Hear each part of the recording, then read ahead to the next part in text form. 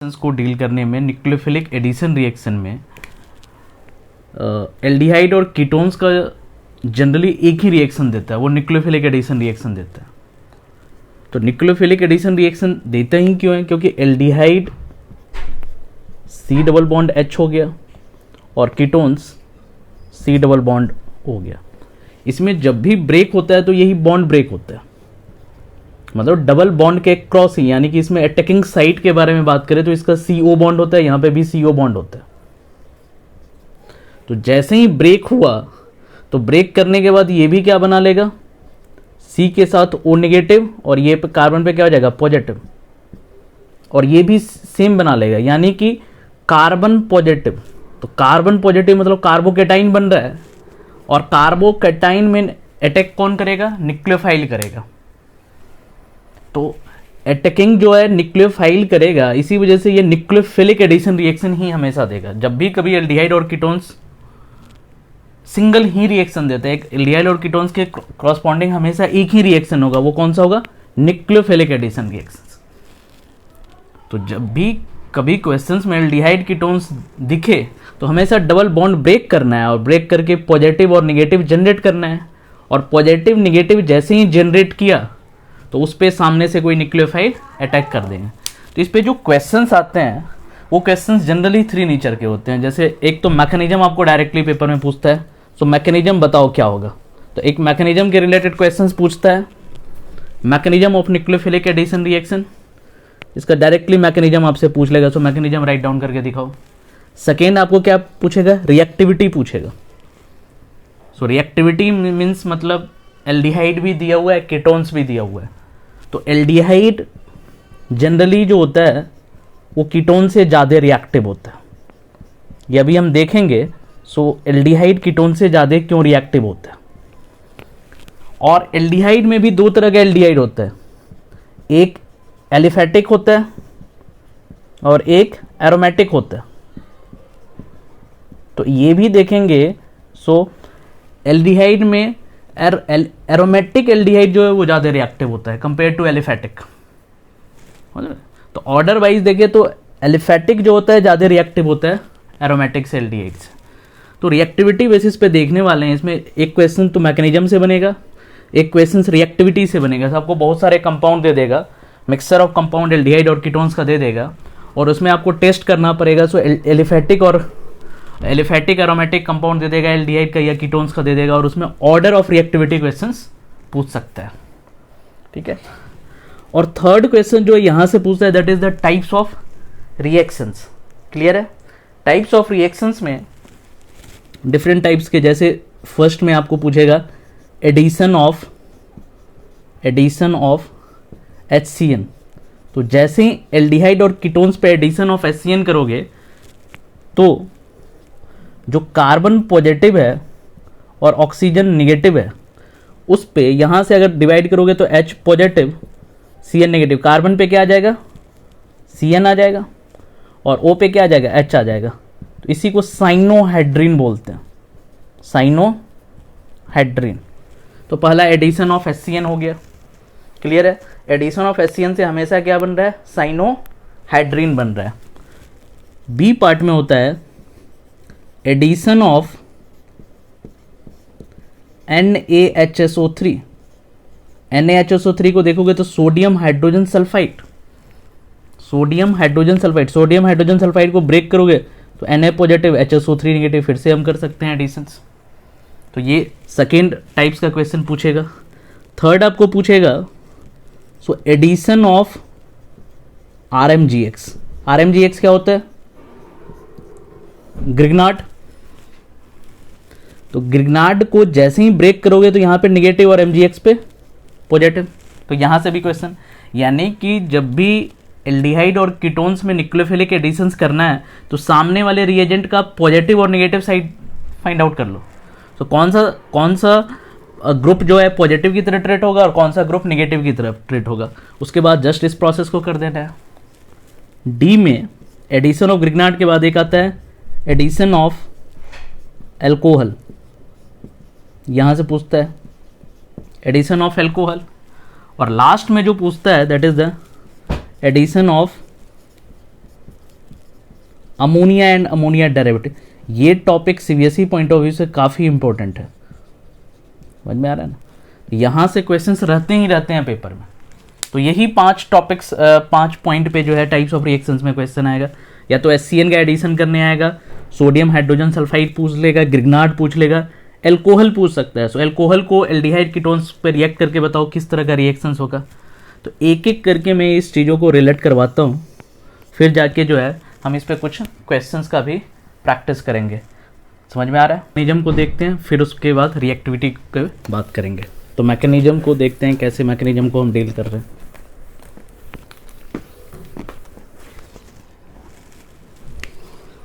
तो फर्स्ट है mechanism. Mechanism में अगर बात करें तो मैकेनिज्म पेपर में आते हैं लिखने के लिए डायरेक्टली, तो C डबल बॉन्ड O हमारा कॉमन ग्रुप है, इसको कहते हैं कार्बोनिल ग्रुप। ये एल्डिहाइड में भी होता है और कीटोन्स में भी होता है। तो C डबल बॉन्ड O का अगर हाइब्रिडाइजेशन निकालते हो तो देखो कार्बन के अबाउट कितने सिग्मा बॉन्ड है, एक सिग्मा बॉन्ड इधर, एक सिग्मा बॉन्ड इधर, और इधर एक सिग्मा और एक पाई।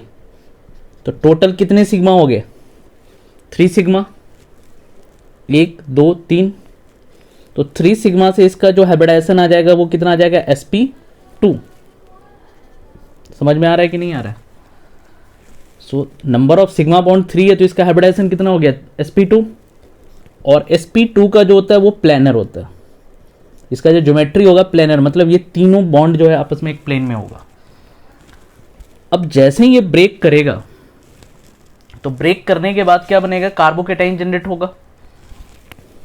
तो जैसे ही इसको ब्रेक करें हम, ब्रेक करने का रीजन क्या है, सो कार्बन और ऑक्सीजन में हाईली इलेक्ट्रोनेगेटिव डिफरेंस है। तो जैसे ही ये ब्रेक होगा तो ऑक्सीजन पे क्या हो जाएगा, नेगेटिव, और कार्बन पे क्या हो जाएगा, पॉजिटिव। कुछ इस तरीके से हो जाएगा, ठीक है। ये हमारा बन गया। तो इसका शेप क्या हो गया, प्लेनर। तो अब हम देख रहे हैं कार्बन पे पॉजिटिव है, तो कार्बन पे पॉजिटिव है तो कार्बोकेटाइन पे क्या रिएक्ट कर सकता है, पॉजिटिव, या न्यूक्लियोफाइल एडिशन होगा कि इलेक्ट्रोफाइल। कार्बन पे पॉजिटिव है तो पॉजिटिव किसको अट्रैक्ट करेगा, न्यूक्लियोफाइल। कौन सा, न्यूक्लियोफाइल होगा। तो अगर हम इस न्यूक्लियोफाइल को यहाँ पे अटैक करवा दें तो यहाँ पे क्या हो जाएगा, सिंपल, कार्बन के साथ वो नेगेटिव, और यहाँ पे न्यूक्लियोफाइल आ गया, और ये कुछ इस तरीके से। तो यहाँ पे पॉजिटिव, यहाँ पे नेगेटिव। अब देखो जैसे ही ये न्यूक्लियोफाइल एडिशन हुआ तो इसी स्टेप को, स्टेप 01 में एडिशन ऑफ न्यूक्लियोफाइल। अब जैसे ही न्यूक्लियोफाइल एडिशन हुआ तो एडिशन ऑफ न्यूक्लियोफाइल से हमारा जो प्रोडक्ट बना, इस प्रोडक्ट को हम, इस प्रोडक्ट का हाइब्रिडाइजेशन चेक करो। यहाँ पे एक सिग्मा, एक सिग्मा, एक सिग्मा, एक सिग्मा, टोटल कितने सिग्मा हो गए, 4। तो अब हाइब्रिडाइजेशन इसका कितना हो गया, sp3। तो न्यूक्लियोफिलिक एडिशन में क्या हो रहा है, न्यूक्लियोफाइल के एडिशन से हाइब्रिडाइजेशन sp2 से किस में जा रहा है, sp3 में जा रहा है, sp2 से sp3 में जा रहा है। यानी कि इसी शेप को हम क्या बोलेंगे, टेट्राहेड्रल। तो ये बड़ा इंपॉर्टेंट है। तो न्यूक्लियोफिलिक एडिशन में जो ज्योमेट्री है उसका हाइब्रिडाइजेशन क्या हो रहा है, sp2 से लेके sp3 में चेंज हो रहा है, यानी कि प्लेनर से लेके टेट्राहेड्रल में जा रहा है। अब जैसे ही ये ज्योमेट्री हो गया उसके बाद क्या करेंगे, इस निगेटिव को न्यूट्रलाइज करने के लिए हम कोई ना कोई एसिडिक मीडियम रख लेंगे। सपोज दैट H पॉजिटिव ले लेते हैं।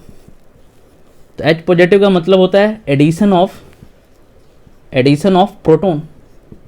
जैसे ही प्रोटॉन का एडिशन करेंगे, इसी को स्टेप 02 बोलेंगे। तो यहाँ पे क्या हो जाएगा, कार्बन पे OH आ जाएगा, इधर 2 बॉन्ड है, यहाँ पे न्यूक्लियोफाइल, और इसी प्रोडक्ट को हम कहेंगे एडिशन प्रोडक्ट। Addition product. तो इसी मैकेनिज्म को 2 स्टेप में लिखना है। फर्स्टली न्यूक्लियोफाइल को एड ऑन करना है, और सेकेंड जो है वो एडिशन प्रोडक्ट में जो है किसी न किसी प्रोटॉन को आपको ऐड करना है। अब ध्यान से देखो, इसी मैकेनिज्म से हम रिएक्टिविटी को रिलेट कर सकते हैं। कैसे रिएक्टिविटी को रिलेट कर सकते हैं, तो रिएक्टिविटी इस न्यूक्लियोफिलिक एडिशन रिएक्शंस का डिपेंड करेगा ये न्यूक्लियोफाइल के लिए। सो जो न्यूक्लियोफाइल इस कार्बोकेटाइन पे जितना फास्ट रिएक्टिव कर पाएगा उसके क्रॉसपोंडिंग न्यूक्लियोफिलिक एडिशन रिएक्शन भी क्या होगा, वेरी फास्ट होगा। अब देखो ये न्यूक्लियोफाइल निगेटिव नेचर का होता है, राइट। अब न्यूक्लियोफाइल निगेटिव है तो इस पे जितना ही पॉजिटिव आएगा वो उतना ही क्या करेगा, आपस में अट्रैक्ट कर पाएगा। न्यूक्लियोफाइल निगेटिव है, इस कार्बोकेटाइन पे जितना ही पॉजिटिव है। अब देखो हम एक बना रहे हैं C डबल बॉन्ड H, इधर R है, दैट इज द एल्डिहाइड, और एक हम बना रहे हैं ketone C double bond R, इधर भी R डैश, ये कीटोन है। अब देखो इस पे सबसे ज्यादा पॉजिटिव कहां पे आएगा, यहां पे देखो ये R ग्रुप जो होता है वो इलेक्ट्रॉन डोनेटिंग ग्रुप होता है, EDG ग्रुप। ये क्या करेगा, इस कार्बन पे इलेक्ट्रॉन डेंसिटी को क्या करेगा, बढ़ा देगा, यानी कि निगेटिव कैरेक्टर क्या होगा, बढ़ेगा। तो एल्डिहाइड में एक ही एल्काइल ग्रुप है जो इलेक्ट्रॉन डेंसिटी को क्या कर रहा है, बढ़ा रहा है। बट इस कीटोन्स में देखो, इस कीटोन्स में दो एल्काइल ग्रुप है जो इलेक्ट्रॉन डेंसिटी को क्या कर रहा है, बढ़ा रहा है। समझ, यानी कि इस कार्बन पे दो एल्काइल ग्रुप है कीटोन में जो इलेक्ट्रॉन डेंसिटी को क्या कर रहा है, इंक्रीज कर रहा है। समझ में आ रहा है कि नहीं आ रहा है। सो एल्डिहाइड हैव जो है only one electron donating group, but in case of ketone, ketone have two electron donating group, और जितने ही number of electron donating group रहेगा उतना ही इलेक्ट्रॉन डेंसिटी ज़्यादा रहेगा कार्बन पे। तो कहीं ना कहीं कीटोन्स के पास जो इलेक्ट्रॉन डेंसिटी है वो एल्डिहाइड के कंपेयर में ज़्यादा है। अब देखो जितना ही कार्बन पे इलेक्ट्रॉन डेंसिटी निगेटिव ज़्यादा रहेगा उतना ही न्यूक्लियोफाइल को रिएक्ट होना क्या होगा, डिफिकल्ट होगा, क्योंकि यहाँ पे निगेटिव, यहाँ पे निगेटिव, नेगेटिव नेगेटिव रिपल्सन होगा। तो एल्डिहाइड जो है और कीटोन्स में एल्डिहाइड हमेशा हमारा क्या होगा, मोर रिएक्टिव होगा, किससे, कीटोन से। समझ में, एल्डिहाइड हमेशा मोर रिएक्टिव किससे होगा, कीटोन से। क्लियर है कि नहीं। तो ये रिएक्टिविटी है। रिएक्टिविटी में फर्स्टली यही ध्यान में रखना है। तो जब अगर कोई दो एलिफेटिक एल्डिहाइड और कीटोन्स को कंपेयर कर रहे हैं तो एल्डिहाइड ऑलवेज मोर रिएक्टिव होगा कीटोन से, ठीक है। तो अभी इतना बाद रिएक्टिविटी को डील करते हैं। सो रिएक्टिविटी में सबसे पहले हमने क्या देखा, सो एल्डिहाइड ऑलवेज क्या होगा, ज़्यादा रिएक्टिव होगा किससे, कीटोन से। क्लियर है। तो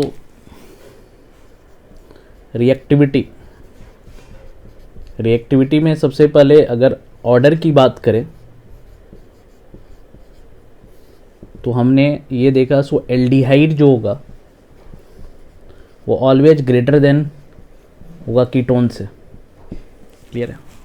अब देखो एल्डिहाइड में दो एल्डिहाइड आता है, एक आता है एरोमेटिक, एक एलिफेटिक। एलिफेटिक किसको बोलते हैं, जो ओपन चेन होता है, और एरोमेटिक कौन सा होता है, जो क्लोज चेन होता है।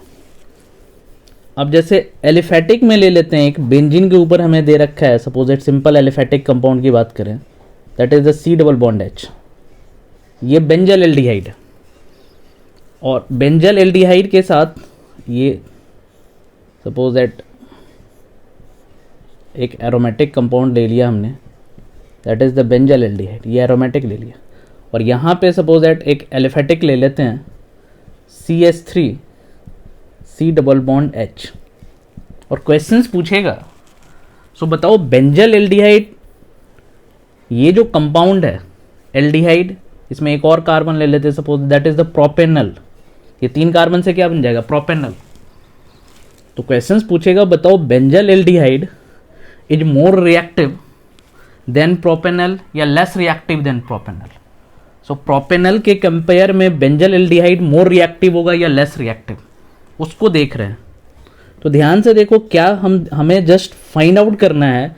तो जिस कार्बन पे इलेक्ट्रॉन डेंसिटी मिनिमम हो जाए, जिस कार्बन पे इलेक्ट्रॉन डेंसिटी मिनिमम होगा, वो कार्बन जो है, वो कार्बोकेटाइन जो होगा वो हायर स्टेबल होगा।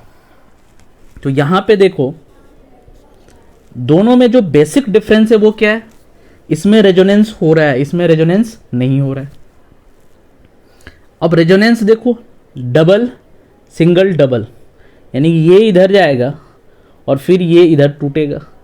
तो इस तरीके से यहाँ पे एक रेजोनेंस हो रहा है, बट इस रेजोनेंस की वजह से कहीं ना कहीं ये रेजोनेंस इस नेचर का होता है, that is the electron density को इंक्रीज कर रहा है। कहाँ पे? कार्बन पे। यानी कि ये electron density increases on carbon atom. देख रहे हो, ये जो रेजोनेंस हो रहा है वो डबल सिंगल डबल है।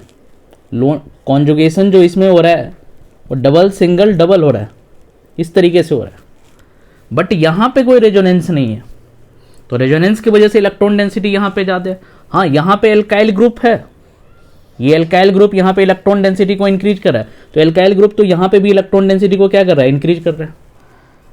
तो एल्काइल ग्रुप है, बट जो मेजर डिफरेंस ये है, तो यहाँ पे एल्डिहाइड, जो बेंजल एल्डिहाइड है उसके पास जो एरोमेटिक है उसके पास कहीं ना कहीं रेजोनेंस है, और रेजोनेंस की वजह से इस कार्बन के अबाउट इलेक्ट्रॉन डेंसिटी क्या हो रहा है? इंक्रीज हो रहा है। इसी वजह से हम बोल सकते हैं जो एलिफेटिक होगा, यानी कि एलिफेटिक एल्डिहाइड, वो ज़्यादा रिएक्टिव होगा किससे? एरोमेटिक एल्डिहाइड से, राइट है। उसके बाद हम क्या बोल सकते हैं? Aliphatic aldehyde, aromatic aldehyde. उसके बाद क्या बोलेंगे? एलिफेटिक कीटोन, और उसके बाद लास्ट में क्या हो जाएगा? Aromatic ketone, aromatic ketone. तो ये हमारा ऑर्डर हो जाएगा, सिंपल।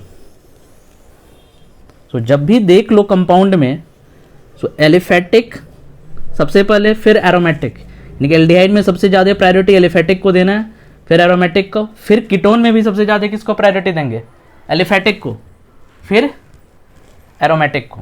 तो एक कंक्लूजन ये हो गया, सो एलिफेटिक कंपाउंड जो होता है वो ऑलवेज मोर रिएक्टिव होता है देन एरोमेटिक कंपाउंड्स का। रीजन क्या होगा? न्यूक्लियोफिलिक एडिशन रिएक्शंस में हमेशा जो है एलिफेटिक कंपाउंड जो होगा वो ज़्यादा रिएक्टिव होगा। क्लियर है? अब इस पे एक दो क्वेश्चंस करते हैं, इसको जस्ट ऐसे ही नोट डाउन कर लो आप। उसके बाद जो है इस पे एक दो क्वेश्चंस ट्राई कर लेते हैं जो प्रीवियस ईयर में आया हुआ है एक्टिविटी पे ही। सो एक क्वेश्चन दिया हुआ है, सपोज एट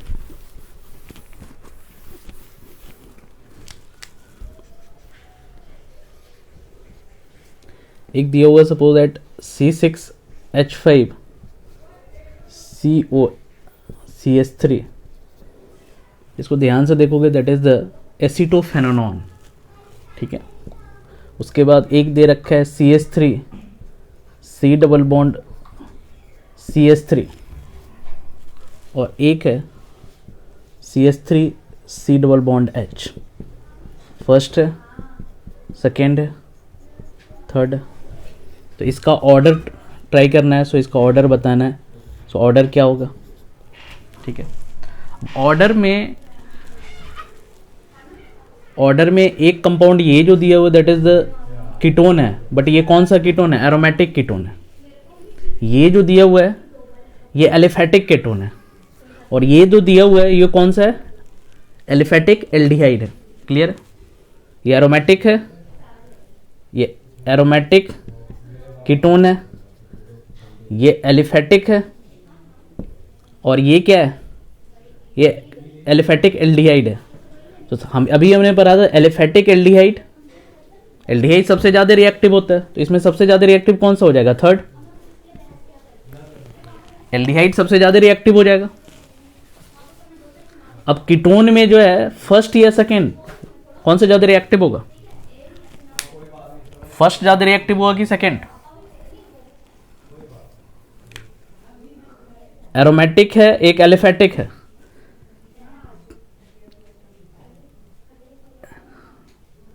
तो इसके वजह से सेकेंड,